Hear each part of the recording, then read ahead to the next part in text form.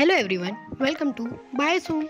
आज हम बात करने वाले हैं मिथ एंड फैक्ट के अगले लेक्चर के बारे में, जिसमें हम ये बात करेंगे कि जो चीज़ें हमारे घर में रिचुअल्स में चली आ रही हैं वो फॉलो जो की जाती है उसके पीछे का रीज़न क्या है।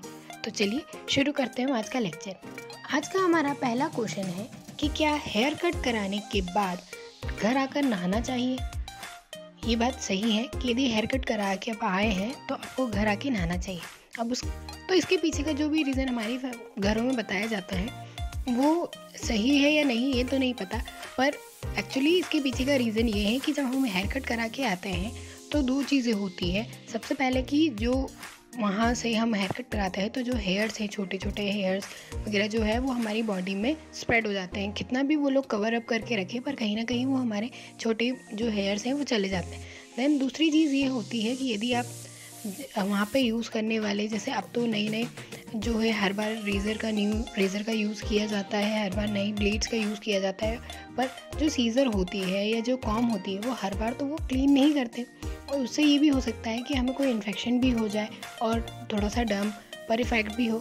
तो इन सब से बचने के लिए घर आकर नहाने के लिए बोला जाता है, जिससे जो हेयर्स हमारे छोटे हेयर्स हैं वो यदि बॉडी में कहीं गए हैं तो वो ईचिंग कॉज ना करे और ना ही हमें चुभे।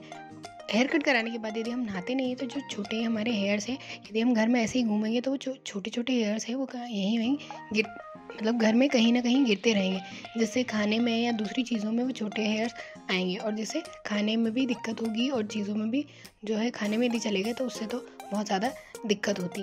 इसलिए यदि आप हेयर कट करवा के आए हैं तो आपको नहाना ही चाहिए। यदि मेल्स की बात की जाए तो उन्हें तो कंपलसरी ही नहाना चाहिए, क्योंकि उनके हेयर कट्स में जो हेयर होते हैं वो बहुत छोटे साइज़ के होते हैं, जिसके कारण वो आसानी से उनकी बॉडी में चिपक जाते हैं और दिखाई नहीं देते, जैसे वो उनमें ईचिंग कॉज कर सकता है, स्किन इन्फेक्शन भी कर सकता है।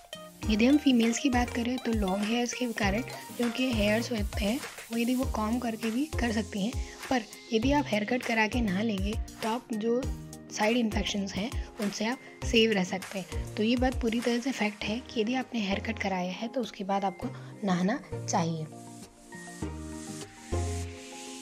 हमारा नेक्स्ट क्वेश्चन ये है कि क्या नदियों में सिक्के डालने चाहिए। तो ये यदि हम बात करें कि ये मिथ है या फैक्ट, तो ये इसे मैं फैक्ट कहूँगी। पर फैक्ट ये कि जब जो सिक्के होते थे वो धातु के बनते थे, यानी कि सोने के या चांदी के या कहें तो तांबे के बनते थे। तो आपको ये बात तो सभी को पता होती है कि जो तांबा होता है वो वाटर प्यूरिफिकेशन का काम करता है, वहीं जो सोना चांदी है वो हैवी मेटल्स होते हैं। हैवी मेटल्स का मतलब ये है कि ये ऐसी मेटल्स होती है जो माइक्रो ऑर्गेनिजम्स की, जो बैक्टीरिया है या जो फंगस है, इनकी ग्रोथ को इनिबिट करती है, यानी कि रोकने का काम करती है। इसलिए नदियों में सिक्के डाले जाते थे ताकि जो नदी में बैक्टीरिया जर्मिनेट हो रहे हो उनकी ग्रोथ कम हो और जो पीने का पानी है वो पीने योग्य बना रहे नदियों का पानी, इसीलिए सिक्के डालते हैं। अब वो ट्रेडिशन बनता चला आया, तो आज जो हम आजकल जो कॉइन्स हम डालते हैं वो इतनी इफेक्टिव नहीं है। यदि उसकी जगह पर आप कॉपर का कुछ डालते हैं नदी में, इवन आपने देखा होगा ना आजकल तो छोटे छोटे कॉपर्स के कॉइन भी आते हैं, धातुएं भी आती हैं, छोटे दिए भी कॉपर के होते हैं। यदि आप वो भी नदियों में छोड़ते हैं तो उससे भी बहुत बेनिफिट होता है।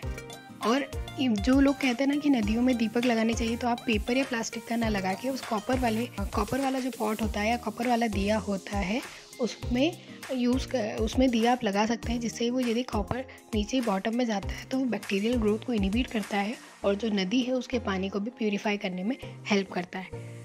आई होप कि लेक्चर आपके लिए बहुत यूज़फुल रहा होगा, आपको बहुत सारी इन्फॉर्मेशन मिली होगी। तो प्लीज़ वीडियो को लाइक कीजिए, शेयर कीजिए और चैनल को सब्सक्राइब कीजिए और ऐसे ही इंटरेस्टिंग वीडियोज़ के लिए बने रहिए बायोसूम्स के साथ। यदि आपकी मिथ और फैक्ट से रिलेटेड कोई भी क्वेरीज है तो आप कमेंट बॉक्स में मेंशन कर सकते हैं। हम नेक्स्ट लेक्चर आपके उसी क्वेश्चन पर बनाएंगे। Thanks for watching.